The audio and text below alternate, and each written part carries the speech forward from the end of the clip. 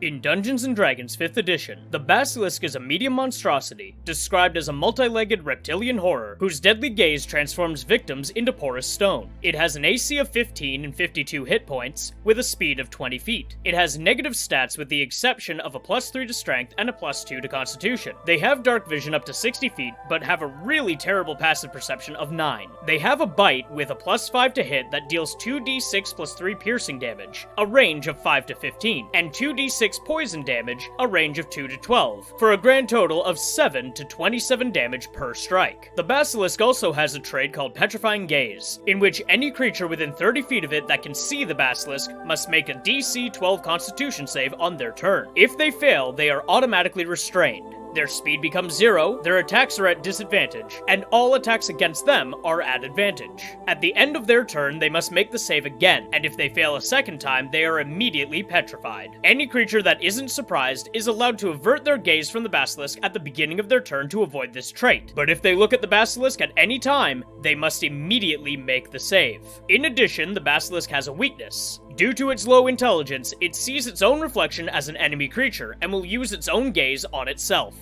As a DM, I believe the strategy for a Basilisk is to play it as a violent beast. It is incredibly stupid with a -4 in intelligence, so it'll strike out at whatever hurts it or it deems to be the biggest threat of the moment. I would have it attack that person with its bite each turn. However, prior to combat, I would have it lying in wait. This way, it might manage to get the jump on a player or all the players, imposing surprise on them and forcing them to make the gaze save right at the start of combat. If any players are restrained due to this initial failure, the Basilisk would probably view them as a quick meal, and would go in for an attack with advantage. The main danger with fighting a Basilisk is not its bite or its combat prowess. With a medium AC and low stats, it should be an easy target for a party. However, the Petrifying Gaze forces players to either make all of their attacks at disadvantage while looking away, or try to succeed on a saving throw. Failing on the saving throw leads to petrification, which at lower levels is as good as a death sentence. The level at which the Basilisk would normally be encountered by a party is also a level that is unlikely to have anything to be able to reverse petrification. A small warning to both players and DMs. A seasoned player will know that a Basilisk is stupid enough to target itself via reflection, but your characters might not. As a DM, I would leave hints, like a hand mirror discarded by a former victim, or smashed reflective surfaces in the Basilisk's lair, allowing the characters and their players to reasonably try and figure out what the Basilisk's weakness is.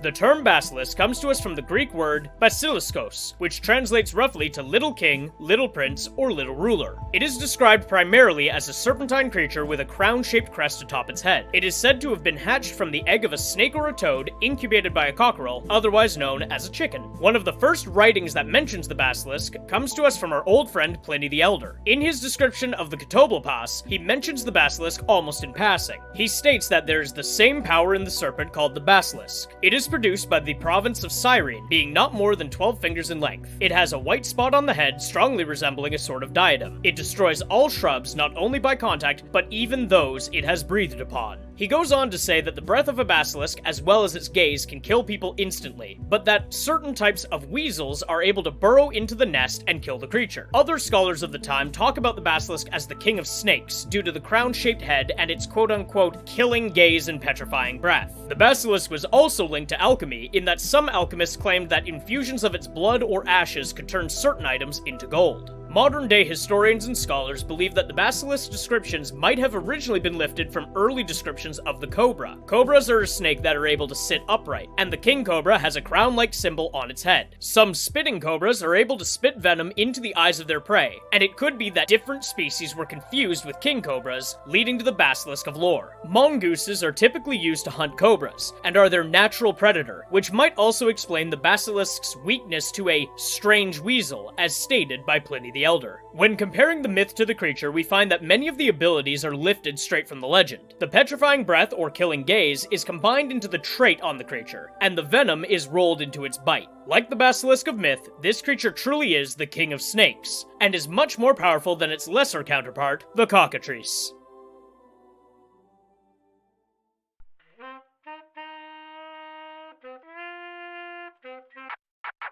If you enjoyed that video, consider giving it a like and giving me a follow. And for more of my videos, you can find me on Twitch @Moglaroo, YouTube @Moglaroo Streams, and TikTok @Moglaroo Streams as well.